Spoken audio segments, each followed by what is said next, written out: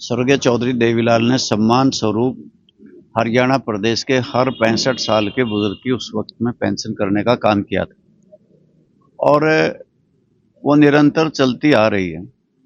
Congress party का शासन आया तो उसमें भी प्रयास किए गए कि इनके ऊपर किसी प्रकार से कुल्हाड़ा चलाया जाए, परंतु इंडियन नेशनल लोकदल पार्टी ने उस टाइम में भी लड़ाई लड़ी और इस बुढ़ापा पेंशन को बहाल करने में अपना संघर्ष जारी रखा।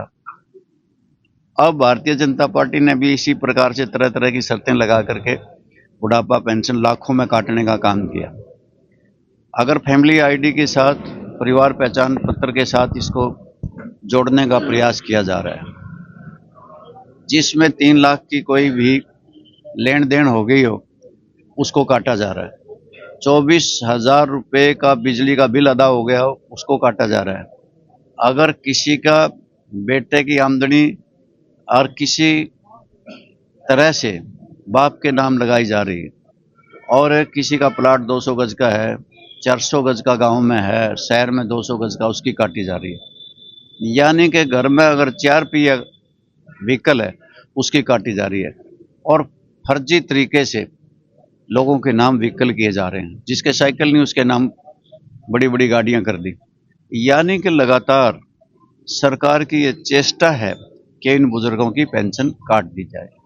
हमने ये निर्णय लिया है, इंडियन नेशनल लोकदल पार्टी इसके लिए संघर्ष करेगी और 20 तारीख को सेक्टर 5 में पंचकूला में एक विशाल प्रदर्शन करेंगे, जिसकी अगुवाई अभय सिंह चौटाला और प्रोफेसर संपत सिंह जी पूर्व वित्त मंत्री करेंगे।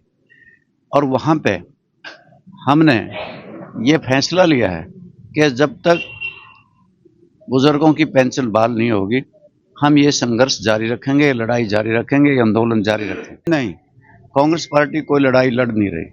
उन्होंने पहले कहा था हम संविधान बचाएंगे, किताब दिखाते फिरते थे संविधान की, परंतु वो भूल गए थे कि संविधान को कांग्रेस पार्टी ने अपने पांव के नीचे रौंदा था। इस देश के अंदर इमरजेंसी लगाई थी, लाखों बेगुनाह नेताओं को और जनता को जेलों में ठोक दिया था, जबरी नसबंदी की थी और न्यायपालिका का गला घोट दिया था। कांग्रेस पार्टी अपने कुकृत्यों को भूल करके संविधान की रक्षा करने के लिए संविधान बचाओ कहती थी, परंतु उसे भूल गए, रैली करी और उसको भूल करके अब कहते हैं हम मनरेगा को बचा रहे हैं। ये तो काम के बदले अनाज की योजना थी जो चौधरी देवीलाल ने शुरू करी, उसे फिर बाद में नरेगा और मनरेगा कर दिया गया और ये भारतीय जनता पार्टी ने इसको बदल करके वीबीजी राम जी कर दिया गया और इसमें इस तरह की शर्तें कर दी जिसकी वजह से प्रांतीय सरकारों पे बहुत बोझ पड़ेगा। पहले 90% केंद्र देता था और 10% राज्य सरकारें देती थी। अब इसको कर दिया 60% केंद्र सरकार देगी, 40% प्रांत की सरकारें देगी। प्रांतीय सरकारें पहले कर्जे के बोझ के नीचे दबी पड़ी हैं, वो कहीं से इसे दे नहीं पाएंगी और ग्राम पंचायतों के अधिकार छीन लिए गए, ग्राम सभाओं को अधिकार दिया गया। जो 10% का कोरम होता था उसे 40% का कर दिया, जो असंभव है। और ठीक इसी प्रकार से चुनी हुई पंचायतों को अधिकार खत्म कर दिए गए और जब काम नहीं मिलेगा, अगर किसी सूरत में 125 दिन की जगह 40 दिन काम मिला तो उसका भत्ता और उसकी क्षतिपूर्ति प्रांतीय सरकारें करेंगी। प्रांतीय सरकारें कहाँ से करेंगी? ना क्षतिपूर्ति के लिए पैसे हैं, ना 40% योगदान देने के लिए पैसे हैं। तो इसका मतलब इस स्कीम को बंद करने की योजना भारतीय जनता पार्टी की है और इस योजना के बंद होने से पहले ही आप देख रहे हैं कि बेरोजगारी चरम सीमा पे है, कि पढ़े लिखे बेरोजगार नौजवान पीएचडी किए हुए बेलदार लगे हुए हैं, स्वीपर लगे हुए हैं।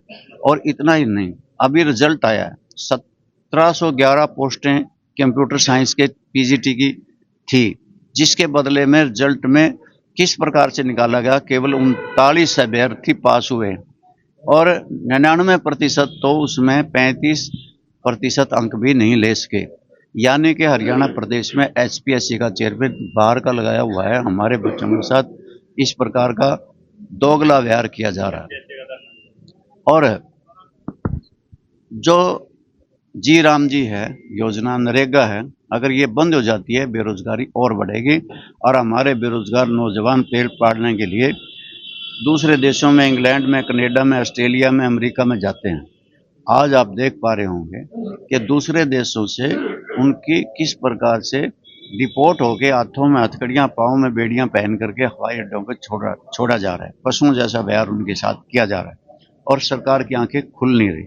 इसकी आंखें खोलने के लिए हमने पहले भी, अगर इन्होंने बिजली के रेट बढ़ाए तो हमने प्रदर्शन किया, अगर एचयू के छात्रों पर लाठीचार्ज किया तो हमारी party Indian National Lok Dal party ने संघर्ष किया, अगर एक जिंदा किसान को पानीपत में जलाया गया तो हमारी पार्टी मैदान में उतरी, अगर हरियाणा प्रदेश में बाखड़ा का पानी कम किया गया तो हमारी पार्टी ने प्रदर्शन और धरने दिए, जिसकी वजह से पानी फिर छूटा।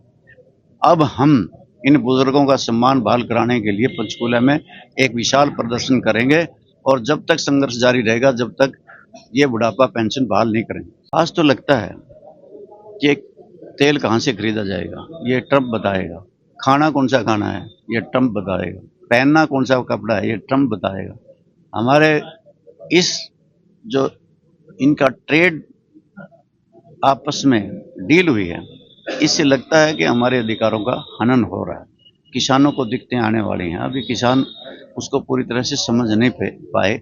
जब समझ जाएंगे तो विदेशी या आप अमेरिकन किसान का सामान अगर यहाँ पे आएगा तो हमारे किसान तो उससे बुरी तरह से प्रभावित होंगे। ये ढंगोसला है, कोई स्वदेशी का नारा नहीं। अगर स्वदेशी का नारा होता तो अपने किसानों को प्रोत्साहन देते, अपने बनी हुई चीज़ों को प्रोत्साहन देते, यहाँ के किसानों को ज़्यादा से ज़्यादा भाव देते। एमएसपी के नाम पर लोगों को लूटा जा रहा है। 24 फसलों का कहते हैं हम एमएसपी देते हैं। किस प्रकार से जीरी का आपके सामने है, 5,000 करोड़ से भी ज़्यादा का घपला और घोटाला किया, और श्रमचिप घोटाला 1500 करोड़ का किया, रजिस्ट्री घोटाला 800 करोड़ का किया, और किस प्रकार से इन्होंने सफाई घोटाला, तालाब खुदाई घोटाला, पेपर लीक घोटाला, कितने घपले और घोटाले इन्होंने किए हैं। ये लूट मिचा रहे हैं। अवैध और वैध कॉलोनियां इनके नाम से हैं, चाहे इनका विधायक हैं, चाहे इनके मंत्री हैं, लगातार दीनदयाल उपाध्याय के अफोर्डेबल हाउसिंग सोसाइटी के नाम पर खाए जा रहे हैं। इंग्लिश आए ना आए, परंतु शिक्षा का बट्ठा बैठा हुआ आपके सामने है कि शिक्षा में हम 20वें स्थान पे हैं। आज हरियाणा प्रदेश में 40,000 से ऊपर पद शिक्षकों के खाली पड़े हैं, और इसी प्रकार से आज यूनिवर्सिटी हैं, कॉलेज हैं, आज सारे के सारे पद उनके खाली पड़े हैं। 56% पद असिस्टेंट प्रोफेसर के खाली हैं हायर एजुकेशन में। और शिक्षा के मामले में आप देखोगे स्कूलों में मास्टर नहीं, अस्पतालों में आज डॉक्टर नहीं। अस्पतालों के बुरी स्थिति है। 840 करोड़ रुपए प्राइवेट नर्सिंग होम्स के आयुष्मान कार्ड के देने हैं। बहुत से गरीबों के इलाज चाहे आपका उसके अंदर से निकाल भी दिए, आयुष्मान कार्ड से निकाले गए हैं, उनका कोई इलाज हो भी नहीं रहा। और इसी प्रकार से जितने भी आपके लेप्रोस्कोपी से, दूरबीन से ऑपरेशन होते थे, वो सारे के सारे, चाहे वो पित्त की पथरी का था, चाहे बवासीर का था, इस तरह के इलाज निकालने के बावजूद भी आयुष्मान कार्ड चलता ही। नौजवानों को सारी बातें पता है कि ये हमें विचलित करने के लिए पहले निकाल देते हैं वैकेंसी, फिर टेस्ट लेते हैं, फिर विड्रा कर लेते हैं, उनको ख़त्म ही कर देते हैं। और इसी प्रकार से सिटी में भी अपने मंजूर नज़र लोगों को, मनचाहे लोगों के नाम लेकर के उनके नंबर बढ़ाए गए। हरियाणा प्रदेश में कानून व्यवस्था ठप है। आज आपके सामने फिरौती मांगी जाती है, बलात्कार हो रहे हैं, किस प्रकार से हत्याएं हो रही हैं, लूटपाट हो रहे हैं। रोज की रोज आपको अखबार में पढ़ने को मिलेगा कि मर्डर हो रहे हैं। कल ही था कि कितने ही मर्डर एक वर्ष में हुए हैं, और आपके बड़े बड़े अधिकारी आत्महत्याएं कर रहे हैं, कर्मचारी आत्महत्याएं कर रहे हैं। खेल के मैदान में खिलाड़ी सुरक्षित नहीं है। किस प्रकार से होनहार खिलाड़ी अगर मैदान में जाते हैं कि उनकी किस प्रकार से अपनी जान गंवा बैठते हैं। यानी कि हरियाणा प्रदेश में विकास के नाम पे कुछ नहीं हो रहा। कर्जे के बोझ के नीचे हरियाणा प्रदेश दबा हुआ है। मुख्यमंत्री जी पहले कहते थे कटी नहीं, अब कहते हैं रात बयान आज स्थगित की गई है। परंतु हमारा ये दावा है कि हरियाणा प्रदेश में 75,000 के लगभग बुढ़ापा पेंशन रोकी गई है, और उनका मिलान परिवार पहचान पत्र से हो रहा है। तरह तरह की शर्तें लगाई जा रही हैं जो मैंने आपको बताई, चाहे उसके ऊपर 3 लाख रुपए के खाते में आना, या 24,000 का बिजली का बिल अदा होना, या 4 पहिया का व्हीकल होना, या 200 गज का प्लाट होना, यानी कि तरह तरह की शर्तें लगा करके पेंशन काटी जा रही है।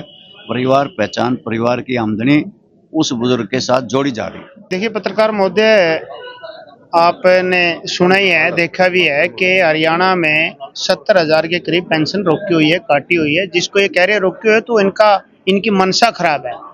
और बुढ़ापा पेंशन चौधरी देवीलाल के दिया है, बुजुर्गों को एक सम्मान स्वरूप तोहफा था और उनकी सहायता थी। जब चौधरी देवीलाल ने 100 रुपये बुढ़ापा पेंशन लागू की तो उसमें कोई कंडीशनें नहीं लगाई थी कि वो अमीर को मिलेगी, गरीब को मिलेगी। 60 साल का जो भी बुढ़ा होगा वो जो पेंशन पात्र होगा उसको 100 रुपये माहवार पेंशन बांधी थी चौधरी देवीलाल ने। उस समय के 100 रुपये 15,000 रुपये के बराबर थे आज के। तो उसको समय समय पर जैसे तैसे बढ़ाया। चाहे चौधरी ओम प्रकाश चौटाला की सरकार है, चौधरी देवीलाल की, वो बढ़ोतरी रही। फिर मजबूरन होकर इन्होंने भी थोड़ा बहुत बढ़ाना पड़ा। पिछले समय में कांग्रेस ने भी ऐसा कुठाराघात करने की कोशिश की थी कि चौधरी देवीलाल का दिया तोहफा वो वापस ले, लोगों को उससे वंचित करे। और अब बीजेपी का जो दोगला चेहरा है ये लोगों के सामने है। पर ये देन चौधरी देवीलाल की है, चौधरी ओम प्रकाश चौटाला की, इनेलो पार्टी की है। इनेलो पार्टी इसको कतई बर्दाश्त नहीं करेगी। उसी के विरोधा स्वरूप पंचकुला में 20 तारीख को इंडियन नेशनल लोकदल पूरे प्रदेश से वहां इकट्ठा होगी और एक परजोर प्रदर्शन करेगी, विरोध जताएगी। अगर सरकार नहीं मानी तो आगामी समय में इनेलो का हर कार्यकर्ता बुजुर्गों के लेकर सड़कों पर भी खड़ा होगा और सरकार को मजबूर करेगा कि बुढ़ापा पेंशन में किसी भी तरह की कटौती सरकार ना कर पाए। देखिए, ये आपने जवाब दे दिया। जो चौधरी देवीलाल के नाम पे बूटों की जिन्होंने लूट करी, जिन्होंने मजे लूटे, वो कहते थे कि 250 रुपये हमने बढ़वा दी, आज तो काटी जा रही है। आज जेजीपी कहाँ है? तो वो सिर्फ ढकोसलेबाजी की बात करते हैं, सिर्फ फर्जी बात करते हैं। वो चौधरी देवीलाल की विचारधारा से उनका कोई मेल नहीं है।